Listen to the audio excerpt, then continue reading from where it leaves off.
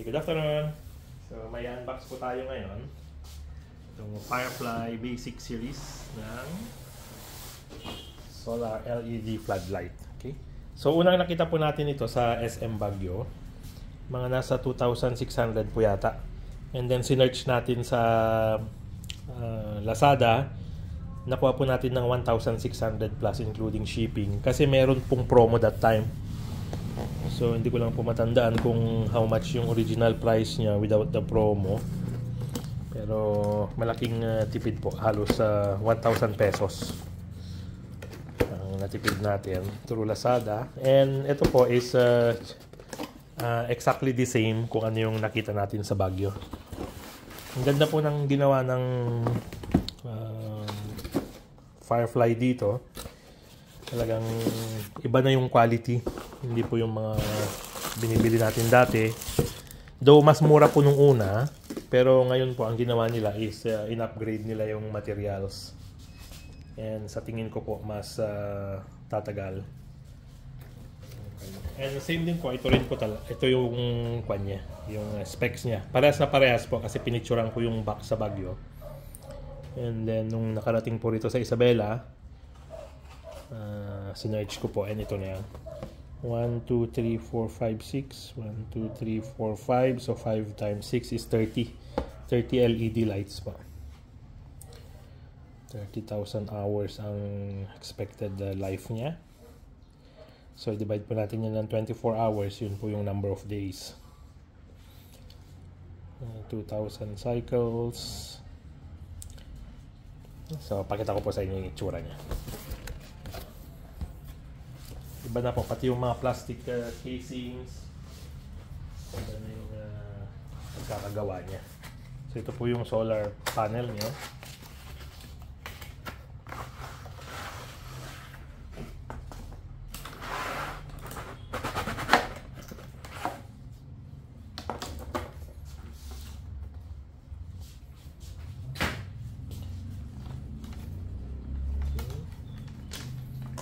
Yung mga unang technology po, silver po halos lahat ito. Pero dito, black na siya. Pati yung color ng coating ng aluminum niya, brown na rin. And then dito po natin mismo sa ilaw makikita na ibang-iba na yung quality niya compared sa original designs. Though again, mas cheaper po noon. Pero kung talagang value for money naman yung pinalit nilang materials, then still worth it. So ito po yung kanyang manual.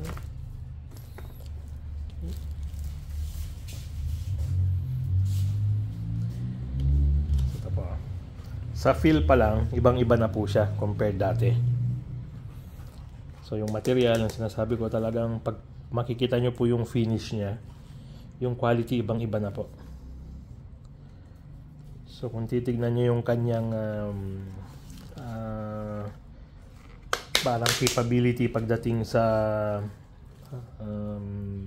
waterproofing, mas makikita po natin na mas tatagal na po lalo ito. Kasi ang nagiging problema po nung pag hindi masyadong maganda ang pagkakasil, magkakaroon po ng condensation sa loob, nagmo-moist. So, kahit maarawan po yon araw-araw, hindi po siya basta natatanggal. Mas lalo pong dumadami yung moist niya. Then, doon nagkakaroon ng corrosion sa internals niya. Then, doon na nasisira ng mas mabilis kapag pinasukan na ng tubig. So, ito po, ipapalit lang natin yung likod nito.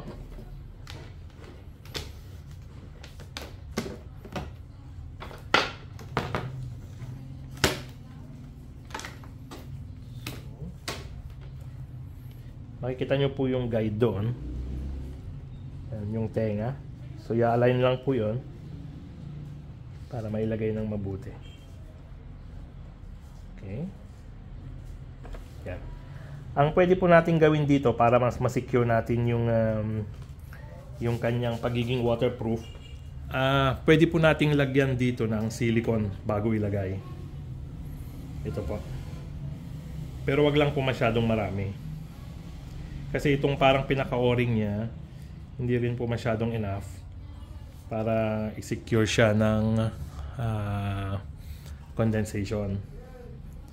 So lagyan lang po natin ng thin film lang po ng silicone bago ilagay.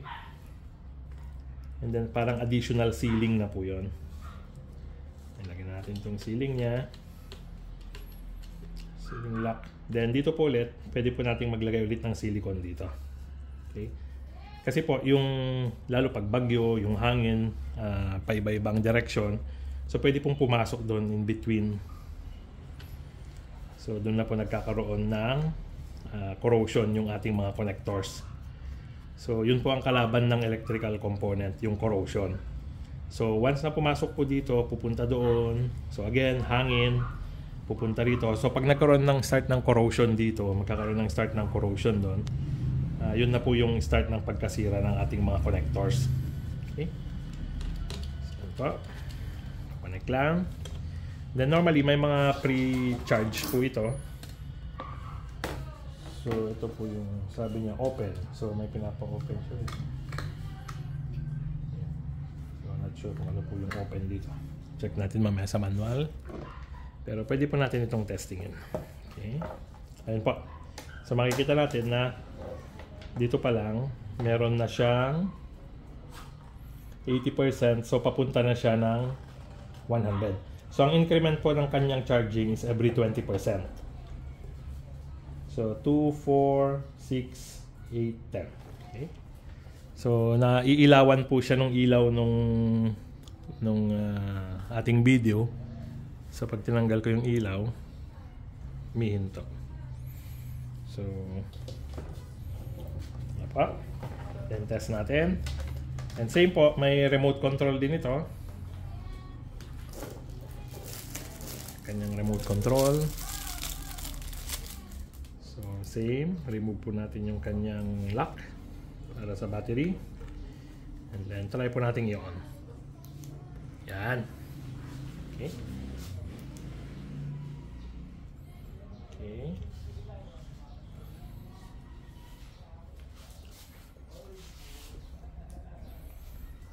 On.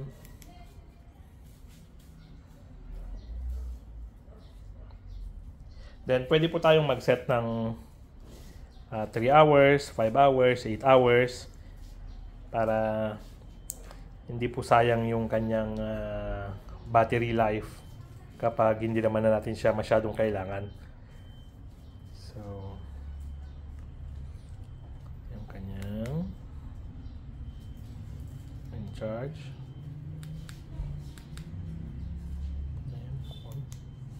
Okay.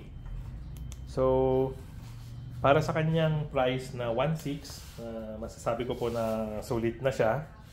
Ibang-iba na po yung kanyang material quality. So ito rin po yung kanyang mga hardware. Ito po yung mga expansion bolts. I-drill po ito sa concrete. And then hihigpitan, then lalaki po yun para hindi matanggal. And then meron din po siyang bracket na steel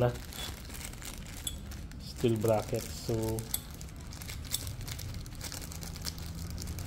not sure po kung para saan ito. So check na lang po natin sa manual. Okay? So thank you po. Yan po ang ating unboxing ng Firefly